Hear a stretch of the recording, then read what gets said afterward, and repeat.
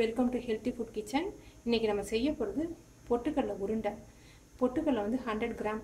இது வந்து இந்த உலக்கு வந்து 100 கிராம். இதே அளவுக்கு சீனி 100 கிராம்.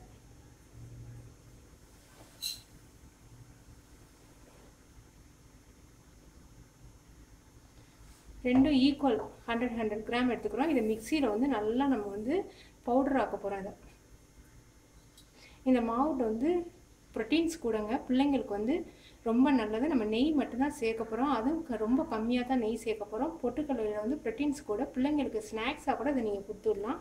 இதை வந்து மிக்சியில் வந்து இதை பவுடர் ஆக்கிடுவோம். கடாயில் வந்து நான் வந்து 1 ஸ்பூன் நெய். இது எல்லா மாவையும் நீங்கள் ஒன்றா போடக்கூடாதுங்க, கொஞ்சம் கொஞ்சமாக நீங்கள் போடணும். அப்போ தான் அந்த சூட்டுக்கே வந்து உருண்டை பிடிக்க முடியும்.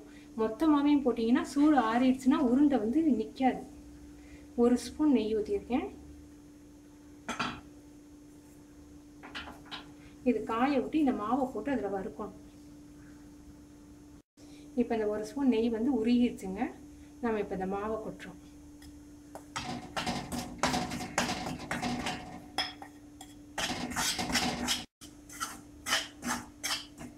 கட்டிப்படாமல் இப்படி வந்து சூடு பண்ணிக்கணும்.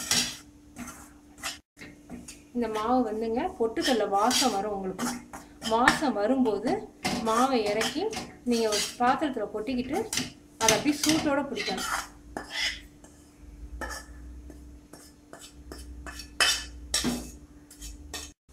இப்போ பாருங்கள், இதை வந்து இப்படி சூட்டோடு பிடிக்கும்போது இறுகி ஒட்டிக்கின்றோம்.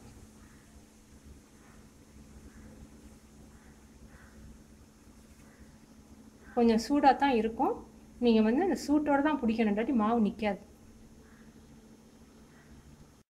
இந்த ஒரு உருண்டை பிடிச்சிருக்கேன். இப்போ அடுத்த உருண்டை பிடிக்கிறேன். இப்போ நம்ம வந்து சூடு பண்ண வறுத்த மாவை எல்லாத்தையும் உருண்டை பிடிச்சிட்டேங்க. இப்போ மறுபடியும் இந்த மிச்சம் இருக்குது பாருங்கள், நம்ம 100 200 கிராம் போட்டோம். அதில் அந்த மிச்ச மாவையும் மறுபடியும் கொஞ்சம் நெய் ஊற்றி மறுபடியும் வந்து சூடு பண்ணி நம்ம பிடிக்க வரும். நெய் கொஞ்சம் கூட ஊற்றுனீங்கன்னா இன்னும் கொஞ்சம் அதிகமாக பிடிக்க வரும். ஆனால் நெய் கெடுதல் வேண்டாம் அப்படின்னு நினைக்கிறவங்க கொஞ்சமாக ஊற்றி இறுக்கமாக பிடிங்க. இது வந்து நெய் உருகின பிறகு நீங்கள் அடுப்பை சிம்மில் தாங்க வச்சுக்கணும். இந்த பாருங்கள், பொட்டுக்கடலை மாவு வந்து வெள்ளையாக இருக்குது. நம்ம வறுத்த பிறகு மஞ்சளாகவும் மாறும். நல்ல வாசமாக உங்களுக்கு வறுக்கும் போதே வாசமாக வரும், பொட்டுக்கடலை வாசம் வரும். அப்போ வந்து நீங்கள் வந்து அமர்த்திடணும். கட்டிப்படாமல் கொஞ்சம் கொஞ்சமாக சிம்மில் வச்சு இந்த மாதிரி கிண்டிக்கணும்.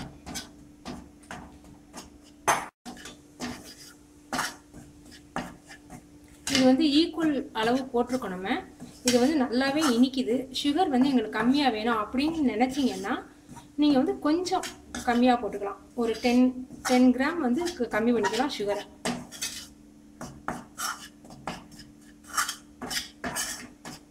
இங்கே பாருங்கள், இப்போ வந்து கலர் மாறிடுச்சு. இந்த 1-2 சின்ன சின்ன கட்டியாக கிடந்தால் பரவாயில்ல. இப்படி அமுக்கி விட்டோம்னா அது சரியாக போயிடும். உருண்டை பிடிக்கும்போது அதுவே உதிர்ந்துடும். உங்களுக்கு சூட்டுக்காக அப்படி கட்டியாக இருக்குது. கொஞ்சம் ஆறிடுச்சுன்னா உருண்டை. இப்போ நான் சின்ன சின்ன உருண்டையாக பிள்ளைங்களுக்கு ஸ்கூலுக்கு ஸ்நாக்ஸ் பாக்ஸில் வைக்க. ஹலோ, பொட்டுக்கடலை மாவு உருண்டை ரெடி ஆயிடுச்சுங்க. இது வந்து 1 மாதம் ஆனாலும் உங்களுக்கு கெட்டு போகாது. அதே மாதிரி நம்ம இறுக்கமாக வந்து பிடிக்கவே ஆறிடுச்சு. இதை வந்து நீங்கள் எப்படி உருட்டினாலும் உடையாது உருண்டை. நம்ம உடைச்சா தான் உடையும். இங்கே பாருங்கள், உடையவே உடையாது. இறுக்கமாக வந்து உருட்டியாச்சு. சூட்டோட உருட்டவும் இறுகிரும். ஆனால் சாப்பிடும்போது ரொம்ப சாஃப்டாக நல்லாயிருக்கும். 1 மாதம் வரைக்கும் உங்களுக்கு கெடாது.